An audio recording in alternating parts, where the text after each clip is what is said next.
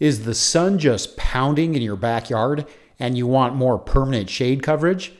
I have this problem with my barbecue island. I can't even use it because the California sun is hammering on it all day. I'm going to walk you through the installation of Alumawood built-in patio cover and what to look out for when planning. Let's go.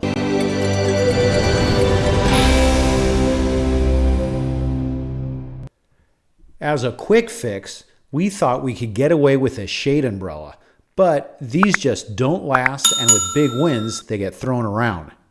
I looked at having a wood patio built, but after checking around, I decided to go with an aluminum product that's pretty popular, called Alumawood. It's basically aluminum with wood texture and already pre-colored with several colors to choose from. I'm having professionals do the install, and here's the process. I met with several installers and got several ways they would do the install. One said they would just bolt it to the existing concrete. Yeah, I could do that. I wanted it anchored to make sure it would last with high winds. The product came and they set the posts. I made sure they just didn't cut giant squares in the existing concrete. The installers did it the good way by using a boring tool, creating a 6-inch hole, and placed the steel support beams in.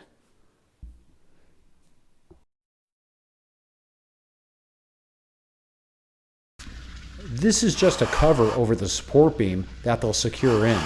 Once they put the framing around, you'll barely see these. These holes are 18 inches deep and they flare out. I would say my concrete is about 6 inches thick, so the holes go another 12 inches past the concrete. This is a 2-day project. The first day was cutting and digging the holes, installing the 4 posts, and having the cement dry. Look at that morning sun, relentless. That sun moves around my house and just keeps shining on my barbecue, like a jealous girlfriend or boyfriend that never leaves you out of their sight. Well, they're about to get blocked. This material is pretty lightweight. They cut the tips off with just a circular saw. They assured me when this is done, it will survive under very high winds. It says that if correctly installed, it will withstand winds that reach at least 115 miles per hour. Some models can withstand winds at up to 150 miles per hour. That means your cover could withstand the wind of a Category 4 hurricane. Being in California, I think I'm good. Here's a look at the steel post without the covers over. Definitely a higher gauge metal, much heavier.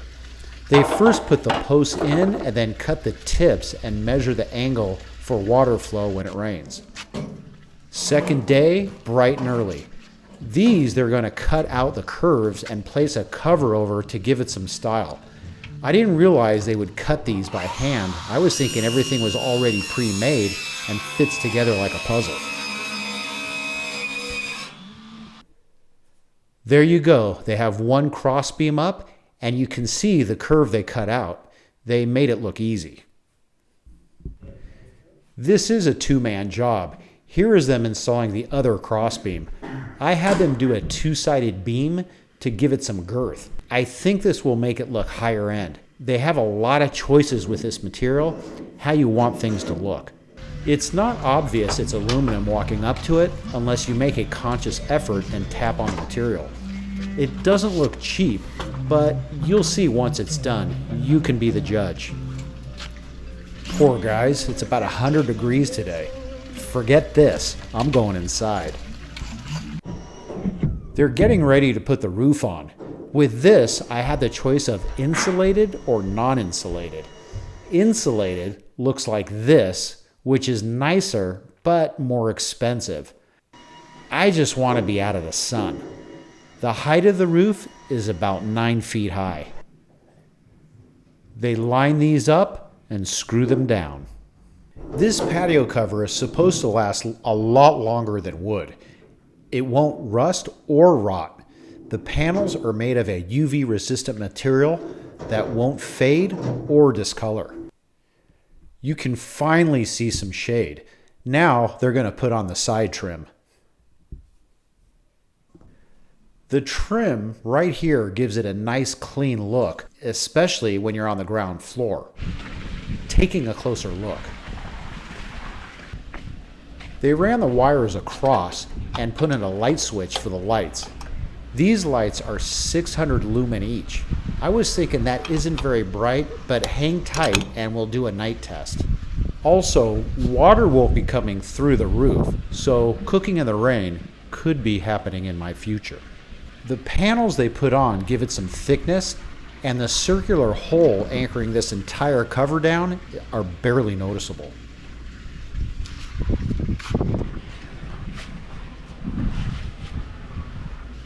I told the guys the direction of the roof pitch for drainage and where I wanted the gutter outlet.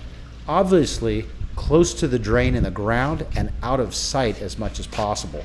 Over in the rocks is the closest drainage. Look at this.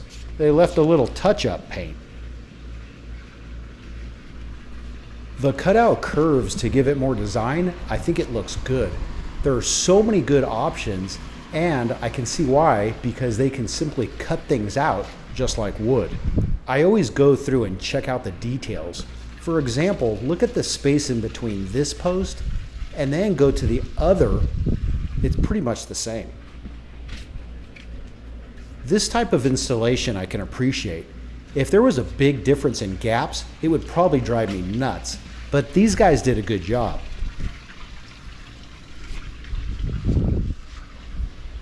The sun, they can't control. Sometimes in the day it starts sneaking through, then later on at 5, the friggin' sun also hits the barbecue. Of course, right around dinner time. I know the sun will set different depending on the time of year. I'm gonna have to put up a drape, and I have an idea not to screw anything into the aluminum. And it's gonna be really inexpensive and look okay. Enough of this, let's check out the lights.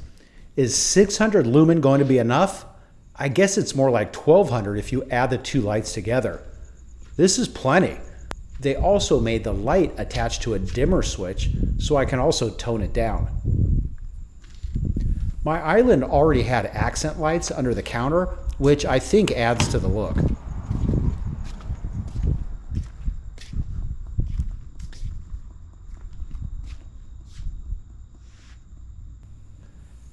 I'm really happy with this. I hope this helps you if you're looking at patio covers and what to plan for. I appreciate your comments, and don't forget to subscribe. I'll see you at the next barbecue.